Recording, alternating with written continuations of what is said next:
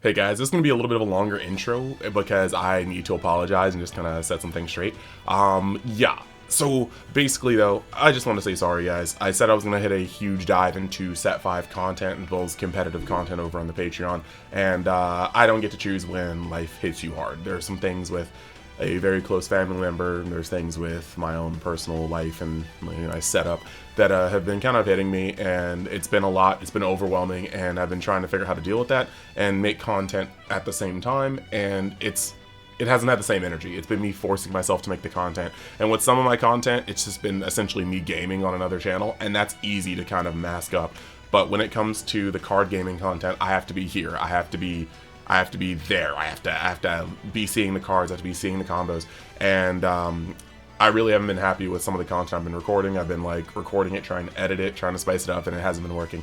So I'm going to be redoing my Janemba video overview and my Gogeta overview and getting that out to you guys. And then I'm also going to be redoing what I had set up for my Patreon, the things I had promised getting into Set 5 in the competitive format. So thank you guys for bearing with me. I apologize if I haven't been answering my comments like usual, answering DMs like usual. I've been really just kind of to myself. So with that out of the way, we are going to jump in and talk about the event pages now that we have event pages for the competitive season, and then we are going to, going forward, make that promise to really start diving into those things. And for you Gundam people, I will get back on making my my setups and really trying to push that content out as well. And then last but not least, if you want to help me out in a major way, my second channel is this close to being monetized. It just needs to get to 1,000 subscribers, so we're like 35 away from that. So any of you guys that would like to help me out on that dream, it would really set me up for better income and the ability to branch out and make content on both channels and get paid for both. So with that being said, thank you guys, and if you like this video, like it, and if you love it, join the Unix fam today and subscribe. The other channel's in the description, by the way. Let's hop over to the event pages. Okay, so looking over here, we finally have the pages about the championship March through July regionals wave 1, and they say that these regionals are in-person championship events. Check the schedule to find one near you, become the best in your area, and claim your prizes. Cool. We've got Gogeta over here, and that's just funny to me, but it is what it is. So going over here, it looks like we have these events. Now, they haven't really scheduled a lot of stuff though. But moving forward, like I think some of the stores have put it up on their stuff. Like I think there's one. I gotta check that real quick to verify, but I think that on this page it's kind of barren. So of course the structure is unfortunately still best of 1 game matches. If you guys know me, I think that we should be in best of 3 or at the very minimum best of 1 pre-side. I do not really like best of 1 formats. I think that yes, this game has a lot of skill in it, but it's still a card game. Variants can still get in there, and I think best of 3 is the best way to express skill. But Bandai just likes these casual games. I think that low-key One Piece kind of ruined a couple things for Bandai, because before One Piece came out, there were still a lot of best of 3 games. Masters, Digimon, you had BSS, and then One Piece really kicked up on its popularity as a best of 1 game, and all of a sudden every game that had best of 3 got its best of 3 swept from it, and I just don't like that. So 35-minute matches, 5 minutes overtime of course, and then once we get to the top cut, there's a best of 3, and I like that. Now that is cool. Best of 3 once we get to the top cut. If we're having top cuts in regionals, that at least means that once you get there, you get to duke it out and take out more of the variants, and I think that's beautiful. Now, in North America, we don't have any scheduled so far. I think maybe one store, one TO may have goofed up and let us know they were having one. Latin America, there's some, organizer saying, and you have that. Then you have the Oceania one, that's also set up, and then Europe is still waiting. However, for participation, you're going to get 3 limited packs 01, and that's 01, so that's going to be a new kind of style on it, but limited packs 01, and then we're going to get an energy marker 5, so yes, the energy markers will be gatekept by regionals again, which is going to mean that if you get some extras, you can sell them, that's great. And then you get the promotional pack 5 times 1, and that one I believe will also be at the pre-release, so it won't be that much, or that important. Now, top 64 is getting the alt art card, the set 4 Majin Buu Kid, that's the 30k that can't ever untap. You need to pop something to untap it. And then you have the limited pack 01, so you're going to get a 4th limited pack. Top 32, now this is the biggest switch. Instead of having a top 16 that gets the cereal, now it's going to be the top 32. So the top 32 now is just going to get the Goku Mini DA serial card and then get your energy marker pack again. So this is going to be the hottest thing. Getting top 32 as far as prizing is concerned is probably the best kind of little bit. You're going to get your serial card, which we're going to get to at the end why that may not be the best for people wanting to top and flip. But you're going to get your serial card, and then you're going to get your energy marker pack ×1. Meaning that you'll be able to kind of double up on those, either fill out your sets or potentially just sell harder. Then the top 16, you've got your finals invite, which is of course very important, and then you're going to get your alt art Vegito card. And yes, that is going to be mad prize. Not only the alt art Vegito card, but you're going to be able to get your invite to nationals. This is going to change a couple things. Vegito is a very powerful character in terms of popularity, and now that it's blocked on the top 16, that's going to be a big thing. Now moving on to the top 4, you're going to get another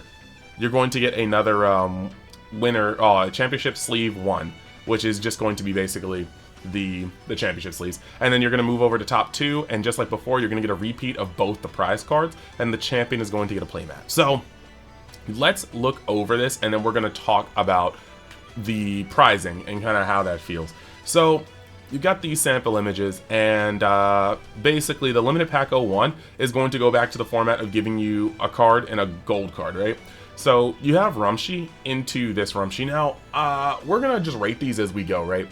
Rumshi is a good red card. However, I do truly believe that this was probably better off happening last set. I do believe that the way they have made red and kind of focusing it in on Daima centric, it's kind of rough to run this. However, they did release some god cards, like some God of Destruction cards, and so maybe this will be something that kind of sweeps back into play. Maybe some more support. Maybe there's already a deck in mind that I just haven't cracked yet. Other people haven't maybe cracked yet. They could work with this, but I feel like this is like one set too late. But I'm here for it. The art's good enough, and all we have in terms of high rarity are the judge ones. So then you have Vegeta, and this is just the play 2, get a life, and you end up just bam, wham bam, critting somebody. Now, this is cool to actually have in foil, because this has been seeing its way into more and more aggressive blue decks, and it's an aggressive blue staple that we only have as a rare. So I think this is a good pick. Now, this next pick is the Piccolo Searcher. You look at the top 5 cards of your deck and add up to 1 Gotenks or extra and put it in your hand. This card is good for the Gohan deck, but the Gohan deck itself isn't really great, and they haven't really added anything. They didn't actually add any extra cards they could abuse coming into the set. Now, when it comes to that, though, the Vegeta package, and I've kind of talked about that in some of my videos, it might be better putting some of the cards we got into other blue decks. I think that while Vegito is really, really cool, I do think that it has some consistency issues and has a very weird thing where you slow down the clock, and then once you have awakened, the clock is very much so sped up for both you and your opponent. So I'm kind of at this point where Vegeta, Gohan, Trunks, they may actually have some merit to looking at what you can play in blue and seeing if you can make a better deck with the graveyard threshold with those than Vegito. So this may actually be a card that comes into play because it does search the extra cards and Gohan needs them, and it also searches Gotenks, which have been being a more and more pivotal part of the deck. Like a Vegeta deck can full on be extra cards and Gotenks right now and still thrive very well. Now the next card is Gohan. That's just enough. I love Gohan, but it is the full moon, and it does say if you have a field with full moon in its name. I've always said that's left the door open to have a full moon card that's not artificial full moon. But it's cool because on play you're adding a card from your life to your hand. It's a 10k, it's a good self-awakener, it can swing for neutral as long as you have full moon on the play. So this is a good card for green in general, and it's a sand. Sand and Earthling, definitely like that. Now you have the artificial full moon to go along with it, and this just tells me that they've got plans. Bandai has plans. They buffed the same deck with 2 cards back to back. In fact, like there's only a couple cards that have I guess red. Okay, no, every card has 2. Every card has 2. And we're gonna get to the bottom one in a second. Every card has 2, and they just chose to buff the same archetype with 2 of them twice. If you look at red, not really. If you look at this, sort of. But this is a generic card, and this is a little more specified. But yeah, these are kind of buffing the same types of decks. This is a direct buff to the same deck. So maybe Full Moon's got some surprises in its future. And then it's just, yeah, it's imperative to the deck. Then you've got the Bobbity. This Bobbity is amazing. This Bobbity is literally the backbone, one of the backbones of the Boo deck. So yes, this deserved this card. That's flat out. There's nothing to even dispute there. And then you have the Majin Buu Kid, and the Majin Buu Kid is actually pretty cool. Once again, this is one of the main cards in there. It pushes pressure. It usually presses it twice. Very, very good. Now we're going to go over here, and for black, they did a split push. This pan is so good for GT Goku. I experienced it firsthand when I lost, I think, my first Ultimate battle, because I played in 3, and yes, I played in 3. And I have, right now, I have like 1 Broly and 3 Majin Buus. And essentially, this card and a couple other cards show me that GT Goku doesn't need a hand to create combo power, big swings. It just needs a couple of cards at a time. And this is one of them. I was saying before that this was a very good card because it's such a huge swing. You're making a huge swing in power for 1 energy and 1 card in hand. And having this as a black card is going to be very, very good. Like, I have my homie at my homie at Locals, who's gonna really, really love having this card at max rarity. So let's get out to them tournaments because you need to be out with us clapping up stuff. Then you got Meta Rildo. As much as I hate aggro Rildo, it is cool to see essentially a boss card for the deck actually get a rarity bump, because that deck has, like, yes, you have Grade 8 Baby, you have Super Baby 1, but Rildo also is a very integral part of the aggro strategy, and so it's good to see it get that rarity bump. Now at the bottom, you guys should already know, this is one of my favorite cards in the game. I have played red quite a lot, and I almost don't start a red deck without having 4 Fuwas and 2 to 3 God Kamehamehas. Now, this is going to change a little bit going to this set, I think, but I do think that God Kamehameha is a valuable card in every red deck. It hits so many prime targets, and it needs so little to enable it hitting big targets. You can play a 1-drop and minus something by 10k, and then get it off the field. Like, where is it? Like, you could play a Shin, perhaps, get it off the field, and then end up playing things like your God Kamehameha to pop a 40k. Like, this card is very, very strong, and it often is kind of like a get-out-of-jail-free card for a lot of strong threats. So I do think that this is an excellent pick, and I will be looking to pick up this as well. So I think that overall, these are solid picks. Everything in here, there's not a single card in here that's, like, useless. Like, you may say that this is useless, but I do think that we're getting closer and closer to a point where that Vegeta will probably be good. It just needs a support card or 2. It just needs a boss card it can abuse or 2. This is going to be very good. Then going over to the markers, we've already seen this, but you know, you got the markers and the gold markers. Of course, I need these for my collection, so I will be picking up all of them. I'm still mad that they skipped over set 4, because now I don't have a golden Gohan marker, and that will forever toast me. But you do have these, and that is pretty awesome. Like I said, it doesn't matter how many different ones, I need 1 of each, and that's just that. Then you're gonna have the promotion pack, and we've talked about these cards already. Not this card, because we haven't got to this, and not this card because I'm redoing both of these videos. But we've talked about this card, and I've looked at these cards myself, yes. So you got the 1 attack and discard 1 card from your hand. You have your leader as DA in your card name. Choose up to 1 battle card in your opponent's battle area, and it gets minus 20k. It's a 0 cost, and that's gonna hurt in red. And on top of being a 0 cost, it is also going to be a on top of being a 0 cost, it's also going to have to discard a card. And those are 2 things. It doesn't combo in your hand, and on top of not comboing your hand, you need to actually give up a card, and that's very rough. It's essentially 2 dead cards when you activate it. It can be a little rough, and it costs 4, and 4 is a very contested slot in the Daima deck, so we really do have to kind of see if that pans out. But this card, this Genetic card, very, very good. This card is essentially just 3-drop GT Gohan, but it's another world, so that's going to be, well, sorry, this is not 3-drop GT Gohan, that's another card. This card is just a bouncing card, and it is a 10k, so that is something to consider, but we'll see. Looking at these prize cards, this Majin Buu Kid looks destructive, and yes, I need copies. This looks amazing. I can't understate that. Kid Buu has always been a force to be reckoned with, and this looks great. But then we're going to go over to the top 16 Vegito, and this card has so much gold foil on it, you will only be able to appreciate it in person. When you see this card in person, you will know how flare and shiny it is. And yeah, that's just pretty awesome. So then you've got Son Goku, mini DA serial card. This is pretty cool. Yeah, this is just actually pretty nice. I like this a lot. I think it's a really good card. This may be the first serial card that I actually feel like I really regretted I really regretted selling my extra cereals for Goku. I regretted that heavy, and that is something I never really I wanted to keep at least 1, and I ended up selling them because they were going for like over $1,000 at the time, and that's a regret for me. I also regretted selling off some of my extras. Like, I only have one of the 3 drop Gokus, and I really should have kept 2 or 3. But this guy, I think I'm going to have to keep as many as possible, especially because of what I'm going to talk about in this video's closing. Now, moving over to championship sleeve ones, this is cool and all. I've never really been a big fan of sleeves that high up. Top 64, I think, is cool enough. You can use these for a deck. I do have to say, if I do play Namek Goku, yes, I will double sleeve these, so maybe that is a whole thing.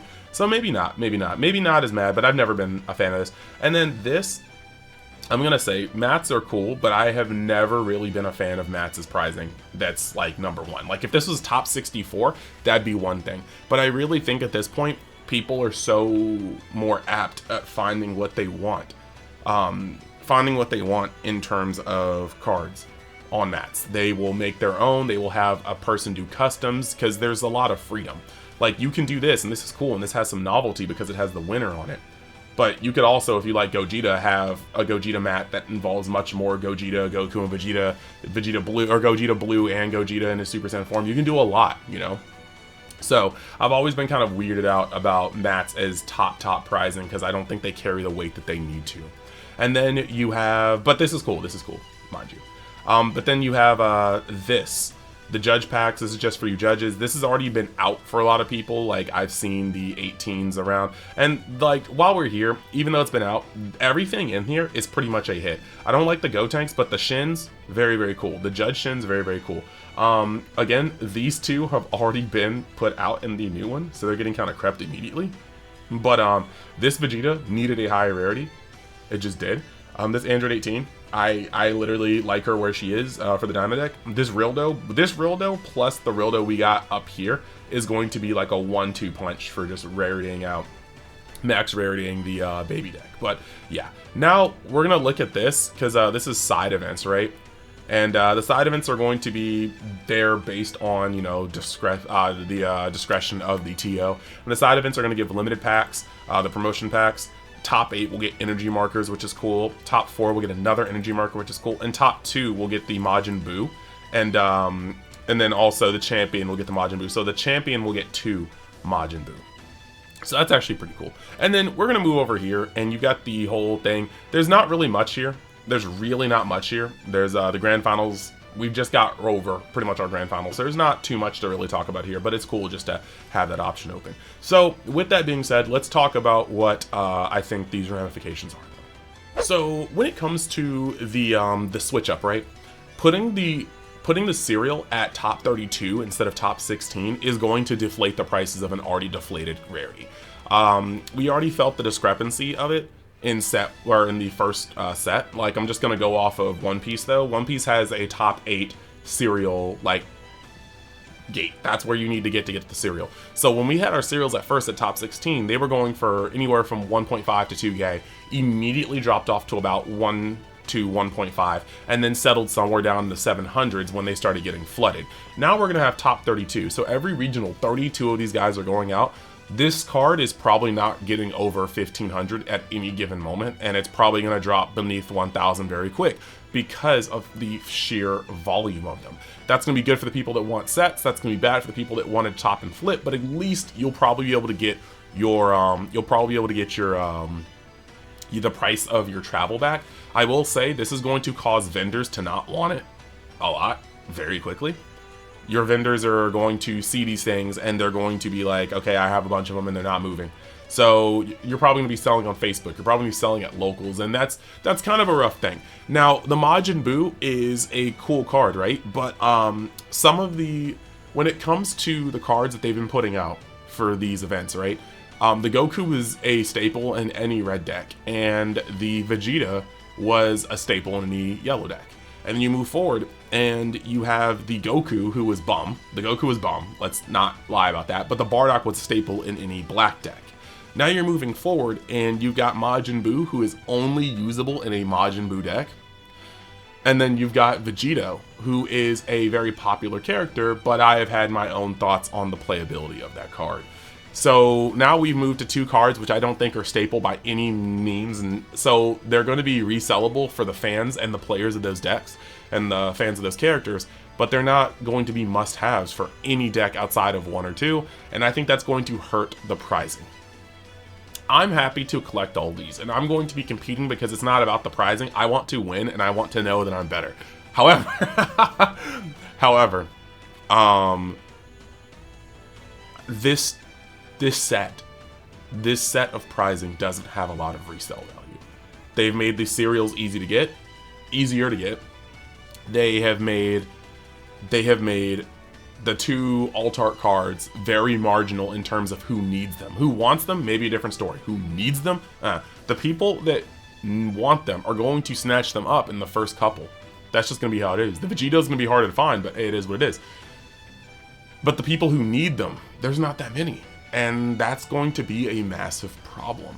Now, down the line, we may get a card that cheats out a Vegito. Maybe a Potara effect that, you have a Vegeta or a Goku and you can discard the other one or take the other one from the field and then cheat out a 4 or 5 cost Vegito. And at that point, this card may go ham. Putting this card out on turn 2 or turn 3 is way different than putting it out on turn 4 or turn 5.